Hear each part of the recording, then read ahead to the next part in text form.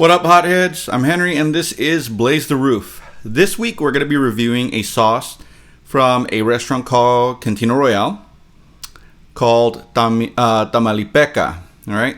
So, Cantina Royale actually started as a restaurant as a restaurant and bar out of the Williamsburg neighborhood, aka Hipster Mecca. The restaurant was founded by the executive chef. His name's Julio M.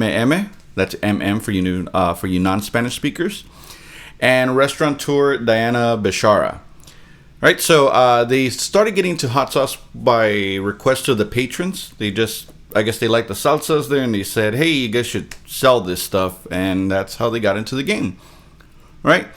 Now the term Tamaulipeka it means being from Tamaulipas. If you're familiar with Tamaulipas, it's across the border, south of Brownsville and like South Padre and all those places, right? That term is referring to someone from there. So this style is, I guess, indicative of this, I guess, the flavors from that region. So we'll find out a little bit more about that as we go on. So, looking at the bottle, right? If you notice, it's pretty fancy, right? Underneath the logo, there is I forgot what those are called, but there's some nice flourishes there. I think that's what they're called. And so it's described as a sweet tamarind and smoky chili hot sauce. If you're Mexican, you're very familiar with tamarind. Also, if you're Indian. So for some reason, it's really big in both regions. Brown people love the shit, so. All right. Other details about the bottle. I mean, it's just really, the font's really nice looking. I like the black and orange motif. And then the sauce itself, if you look at it, there's a lot going on in there. We'll get into the ingredients in a bit. But I just shook it up, but there's a lot of separation in here.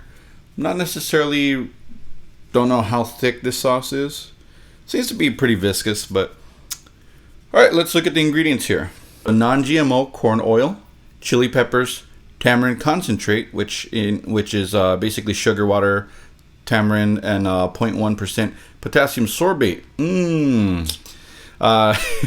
Distilled white vinegar reduced to 4% acidity, and garlic, celery, onion, and salt. So the ingredient we're going to be reviewing this week is tamarind or tamarindo. What can be said about this? It originates from India and Africa, so that's why you probably see it more there. How it came over to Mexico, though, I'm not really sure. But it's in a lot of candy and a lot of stuff in Mexican culture. So as a kid, I couldn't get enough of the stuff. I just loved it. Tamarindo candy, just anything with tamarindo, I love. You might even be able to see it if you're like in Austin or San Antonio in HEB. They even have the pulparindo candies. So try it. And then they always mix it with some chile. So it's always like tamarindo and chile. So really good together though. Really tasty stuff. So it's also, despite it being a fruit, it also has a really high concentration of vitamin C and also contains a lot of tartaric acid. So tartaric acid was reviewed in episode 30. If you want to go back and watch that episode. All right, so before we get any further, let's hear from this week's sponsor. For many years now, the birth rate in Japan has been in decline, resulting in a potential humanitarian crisis, and must be met with a modern solution. Here at Operation Beans and Rice, we will be sending over horny Mexican American men to help repopulate the country, but we need your help. For just 30 cents a day, you can adopt one of our intrepid soldiers in this war against infertility.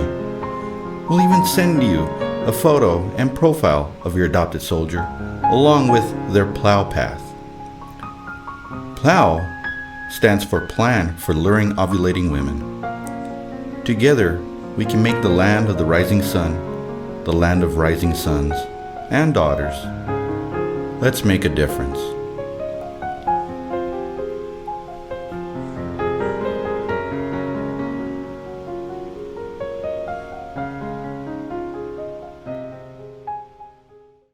Now for the moment of truth.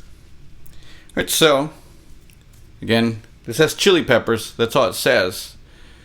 Not really sure what kind, but let's see if we could tell from the taste, or at least maybe even the smell. So the main ingredient in this is corn oil. So that's an interesting. It's an interesting ingredient. Smelling a little bit of chili pepper, but it's not really dominant.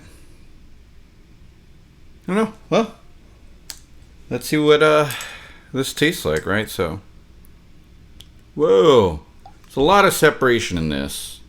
God, even though I shook it, there's a ton of separation. I don't know if you'll be able to see, but yeah, there's a ton of separation in this. So, it does have vinegar in it. It does have oil in it. The two probably don't mix very well, right? So this is probably why you're getting this. I probably wouldn't have put corn oil, but well, let's see what this is like.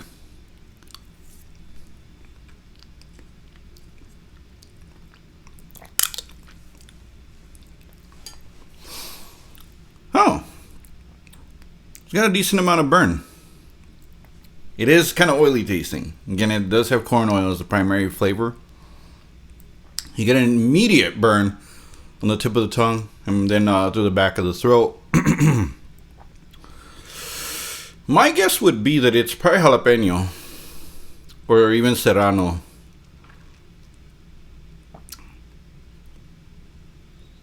But okay, so it's initially sweet, but again it's got the oily flavor, so not the biggest fan of the oil. And you're gonna have to shake the hell out of this stuff apparently to get it to mix. But flavor wise, it's really good. There's a lot going on in there. Got a good decent burn. I actually would probably consider this almost middleweight. I mean, it's like a lightweight, so it clocks in at 4,200 SHUs. But there's been other sauces I've had that were not as, or that were higher on the Scoville level. But again, it's probably, I'd probably still consider a lightweight, but it'd be up on the closer to the middleweight. Again, immediate burn and then just dies off real quick. So I don't think there's anything more severe than serrano or jalapeno. It's not a bad sauce. Now, due to the fact that it's sweet, what would I put this on, right? That's an interesting thing, right? Of course, anything, I put anything on pork, right? I'm always going to go to that. But again, anything sweet probably goes real well with it. I mean, this is not sauce that I'd like throw on enchiladas, or I suppose you could just have it as like a dip in a way. Again, the sweetness kind of throws it off a bit. It's a good flavor though, but you just can't throw it on just anything, right? Because tamarindo does have a distinctive flavor that I just wouldn't really mix with anything except like maybe pork. I don't know. It's interesting. I don't know if this would be a sauce that I would buy for everyday usage. It's a sauce I would try, but again, the oiliness throws me off a bit. So I don't even know if I'm going to make anything with this sauce. I don't know. It's going to be a challenge, but alright. Speaking of challenges, next week I'm going to be reviewing a sauce called Pain 100%. It's from Spice and Foods, the same company that brought us the bomb Beyond Insanity. Now, it's not supposed to be as hot. I think it clocks in at like 42,000. But again, I think it has pepper extract, so any sauce that I've ever tasted with pepper extract has just done a number on me. I don't know. I did get used to it a little bit more with the chicken and the egg. I did use the whole bottle on wings, and I ate every last one of them. So I might be ready for this one, but we'll see how it goes. All right. Until then, I'm Henry, and remember, spice up your life. Be safe and take care.